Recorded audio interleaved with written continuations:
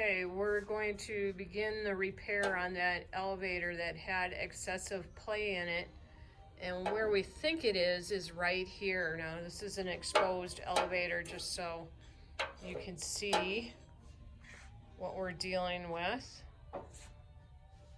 And that is how big of a hole do we cut.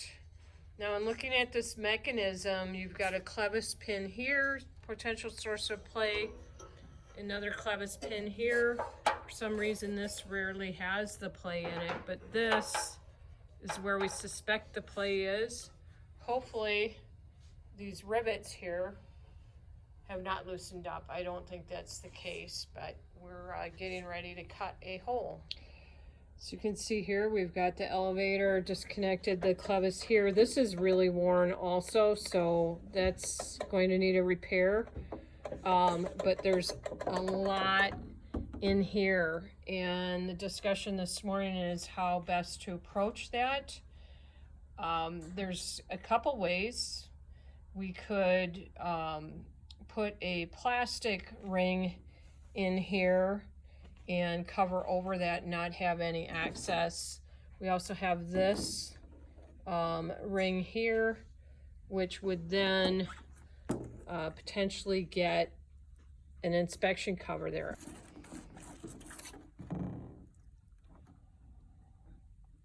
So it's about 4 3/8.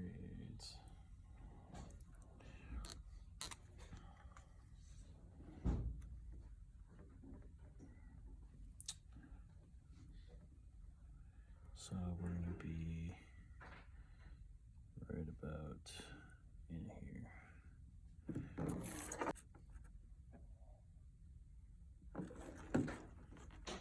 As long as we hit it on 2 of these, we'll be okay.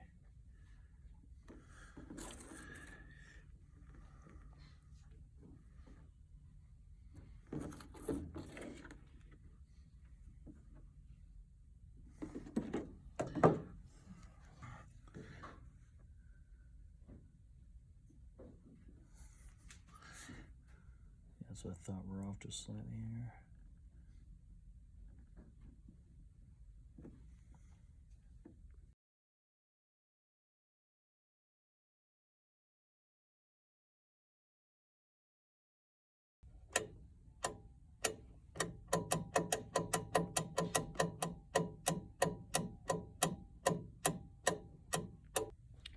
This is the little chunk of fabric that we just cut out, and as you can see here, the saddle is held on to the spar of the elevator with a bolt, and that's where the bolt, the nut end of the bolt was hitting, and it'll be hitting on the opposite end. When we recover the control surfaces, we want to put a piece of reinforcing material on there, and I use a type of plastic on that, and then put a dollar patch over that just so that doesn't wear through, because with the buffeting of the fabric, that will wear right through the fabric in time.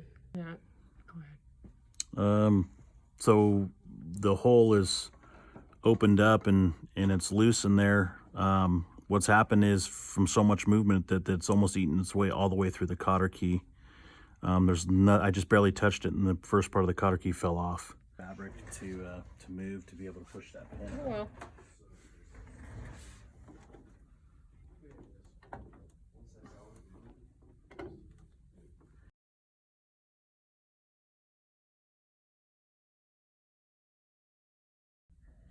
Okay, we're looking at removing the nut on that long bolt there on the saddle, and as you can see, there are numerous pins. This is rusted in there.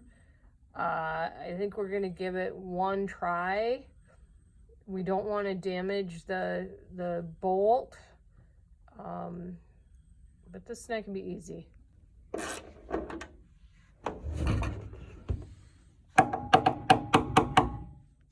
That thing is not moving, Joe. Hey, you guys hammering, not me. Yeah.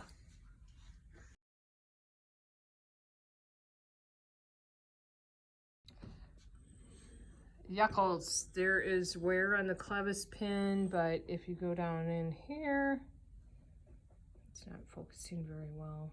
That is, you can see it's oblonged out. Okay, the discussion now is we got the rod off. You can see the hole is wallowed out on the saddle. So we've got to get the saddle out, but we've got a clevis pin on the other control that is back in there. We can get it out, but the discussion is how do we get the clevis pin, washer, and cotter pin back in once we're ready to reassemble. Okay, so where we're at with it now is we still need to get that cotter pin and clevis out on the remaining rod. And you can see we've got this all masked off, and we're going to be stripping that paint and finish.